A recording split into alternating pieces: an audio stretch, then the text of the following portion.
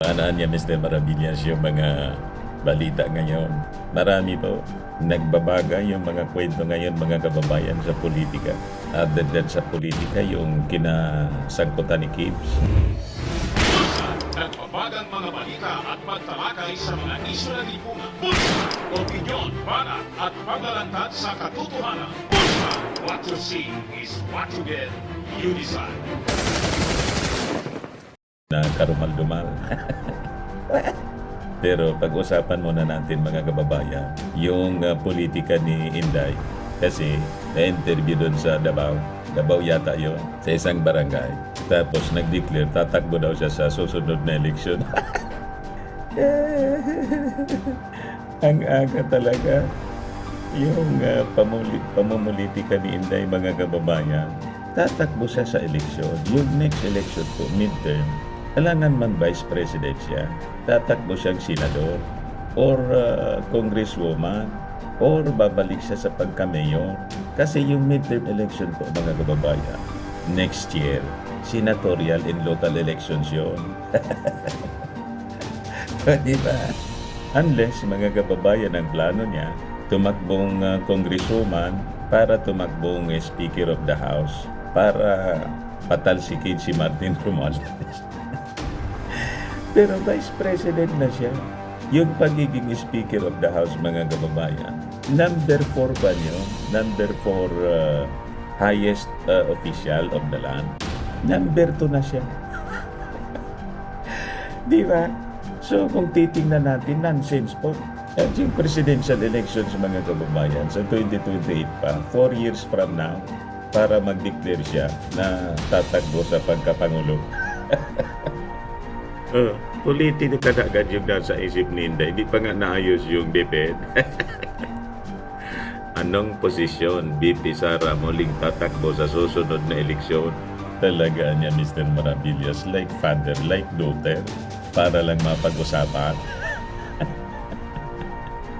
At saka, may akusasyon siya, mga kababayan, yung dati, bilihan ng boto sa People's Initiative. Ito siya, mga kababayan, siya signature drive reflects character of politicians behind vote buying, sabi po ni Inday. Politika rin. Wala sa DepEd po. Sa sasaayos ng quality ng education, mga kababayan, ng hilig ni Inday. Ngayon, ito yung pangalawa na magkakontra sila sa paninindigan at paniniwala ng ating Pangulo. Bakit niya, Mr. Maravillas? Nag-react na yung ating Pangulo sa mga balita tungkol sa signature buying. Sabi ng balita dito sa Manila Bulletin, Marcos refutes charges of signature buying for chapter change. Di siya naniniwala, mga kababayan, na may mga nangyayaring signature buying. Di ba? Talaga niya, Mr. Maravillas. Kitang-kita na yung pagkawasak ng unity.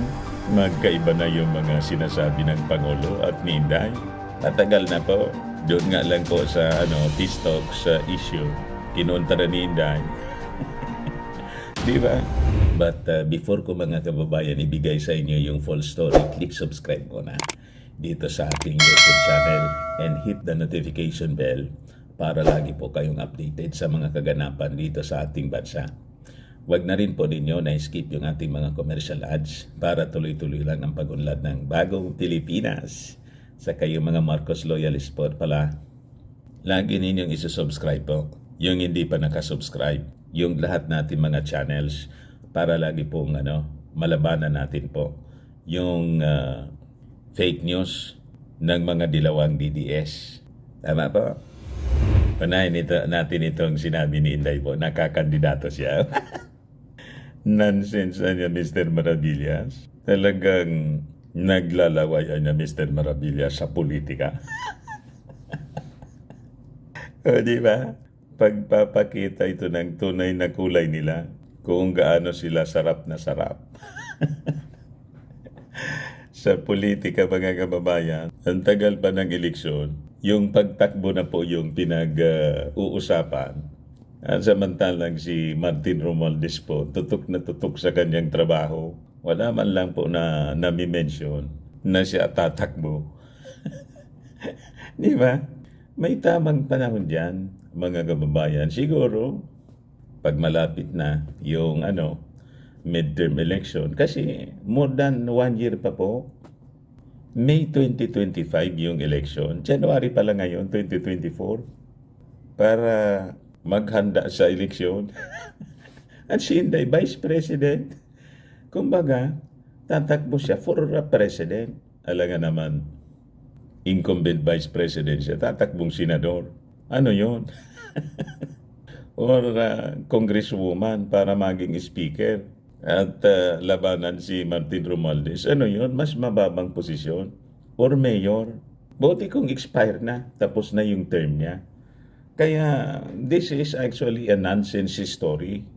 Yung magsabi ka sa mainstream media or sa barangay, sabihin mo sa mga tao na tatakbo ka sa eleksyon. Anong tatakbuhan mo? 4 years away pa yung presidential election. Di ba po? Suga pa talaga niya Mr. Marabilla sa politika, hindi lang sa confidential funds. Ayan po ang balita dito. Kinumpirma mismo ni Vice President Sara Duterte na muli siyang tatakbo sa susunod na eleksyon. Inanunsyo ito mismo ni Duterte sa kanyang talumpati sa Barangay Bago, Galliera, Davao City nitong Lunes, Enero 22. Kahapon, hindi naman binanggit ng Vice Presidente ang posisyon ng kanyang tatakbuhan. Sa 2028 ang susunod na national election sa bansa at ang taon din kung kailan matatapos ang termino ni Duterte. Bukod sa pagiging Vice Presidente ng bansa, si Duterte ang kasalukuyang kalihim ng Department of Education. Siya ay anak ni dating Pangulong Rodrigo Duterte. Sabi po sa balita mismo, bakit ba niya Mr. Maravillas kailangan sabihin nyo ng mainstream na siya anak ni dating Pangulong Rodrigo Duterte? Iwan ko din sa kanila. Matagal nang alam na anak. Sinayang pa yung linya. Sino pa ba ang hindi nakakaalam na anak si Inday ni Digong? Kayo talaga mga taga-balita. But anyway, di man daw sinabi kung anong posisyon. So kung ganon, anong intensyon ni Inday? Para lang mapag-usapan po. Laging litaw yung kanyang pangalan. Yung tulad ng tatay niya, pahulaan para laging may excitement. Ano kaya niya yung tatakbuhan? Yan tagal pa po. 2028 pa yung presidential election. So, yung topic po ni Inday, yung pag-announce niya, premature masyado. Sa akin po, nonsense. Di ba? Ba't mo sasabihin yun? Talaga niya, Mr. Maravillas, malayo sa sa kalingkingan ni Martin Romualdez. Si Martin, tutok na tutok sa trabaho. Yan nga po. Nakita natin si Martin kahapon doon sa Kongreso eh. Talagang lahat ng energy niya nakatutok mga kababayan sa mga legislative agenda na makakatulong sa pagunlad ng ating bansa based sa economic agenda ng ating Pangulong BBM. BBM. Yan ang totoong tunay na leader po na may pagmalasakit sa ating mga mamamayang Filipino. Totoong kapartner sa paunlad ng bagong Pilipinas ng ating Pangulong Bongbong. Pero si Inday, kahit na sa issue po ng charter change, sa issue ng ating konstitusyon, pati doon sa mga aligasyon po, magkakontra ng ating Pangulong Bongbong. Kita ninyo. Sabi nga natin, matito yung pinagkakaabalahan ni Inday, yung politika. Hindi man ito dapat yung kanyang focus ng trabaho, kundi yung pagsasaayos ng quality ng edukasyon sa ating bansa. Kasi inassign siya ng ating Pangulong Bongbong Marcos na DepEd Secretary. Pero yung focus niya kung ano-anong mga malayo sa assignment niya po, yung People's Initiative, yung ICC, at yung tungkol sa pagresolba ng insurgency, yung peace talks po, yun ang mga pinakikialaman ni Inday po. So ito siya kaya sabi niya, Sabi dyan, Chacha signature drive reflects character of politicians behind vote buying, sabi ni Inday. Binanatan niya yung mga politicians daw na nasa likod ng buying of signatures para sa pagsulong ng People's Initiative to amend the Constitution. Ito yung sinabi niya sa isang event sa Davao City. It's an insult niya to ordinary and poor Filipinos. It reflects the character of politicians of vote buying during elections. So nakakasamaan niya ng loob na ginaganon yung mga tao na kailangan pa sila suhulan para papirmahan sa People's Initiative. Allegations of signature buying for People's Initiative have been running rampant for weeks, with Senator Ronald De La Rosa alleging that House Speaker Martin Romualdez was behind the signature drive. Kita ninyo mga kababayan. Politika po. Sabi nga natin, kung may ebidensya kayo, nasa lugar mismo ni Inday, i-document po ninyo, Madam Vice President, ipahuli ninyo yung mga, kasi lugar mo ipahuli mo kung sino yung namimili ng signature. Pati yung mga tumanggap ng pera, kung talagang totoo, ipahuli ninyo.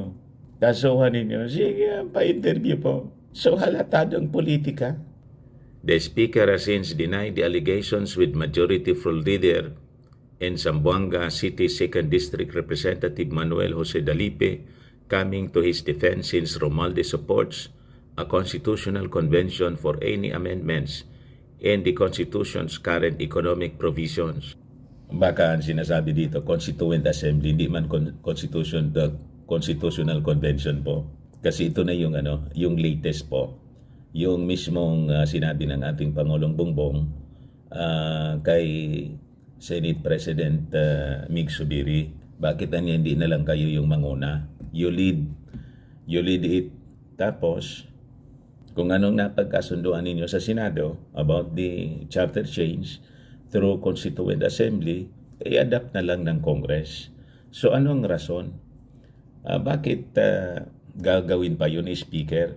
Di ba? Na magsulong ng People's Initiative. Okay na po yung Senado. Di ba?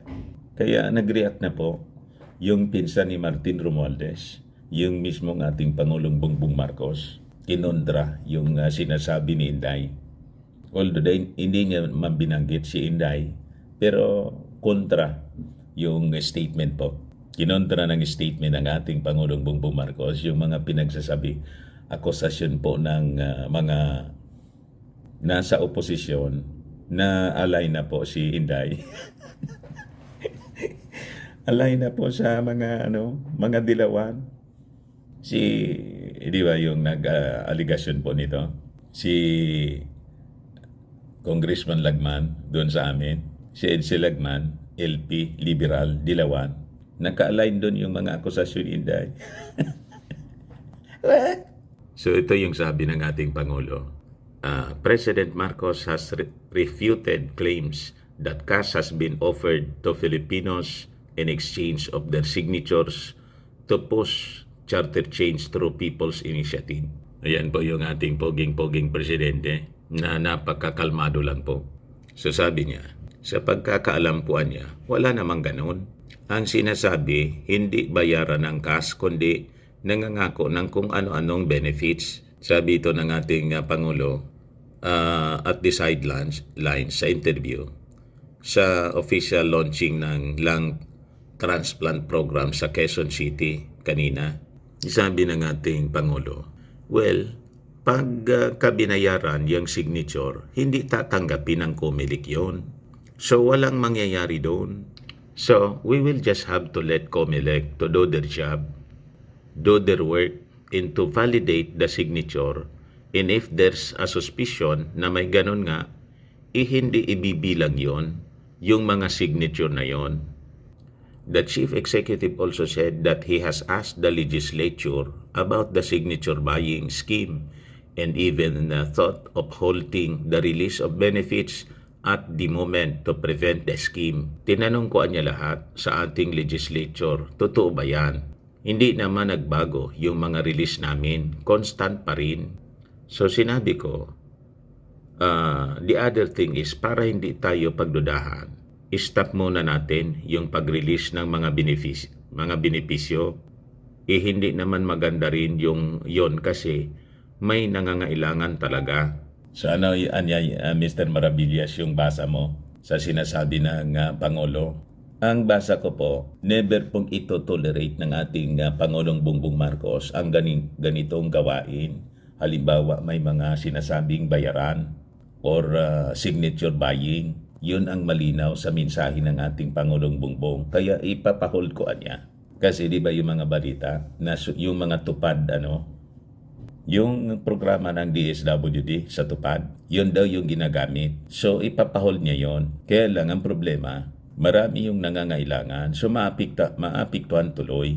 So ang dapat dito po, yung mga nag-aakusa ng signature buying, i-document po ninyo isa-isa, lalo na dyan sa Davao, ipahuli ninyo para makasuhan kung sino yung nasa likod.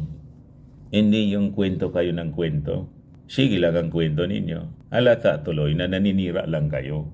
Di ba? Gusto lang ninyo talaga siraan yung charter change.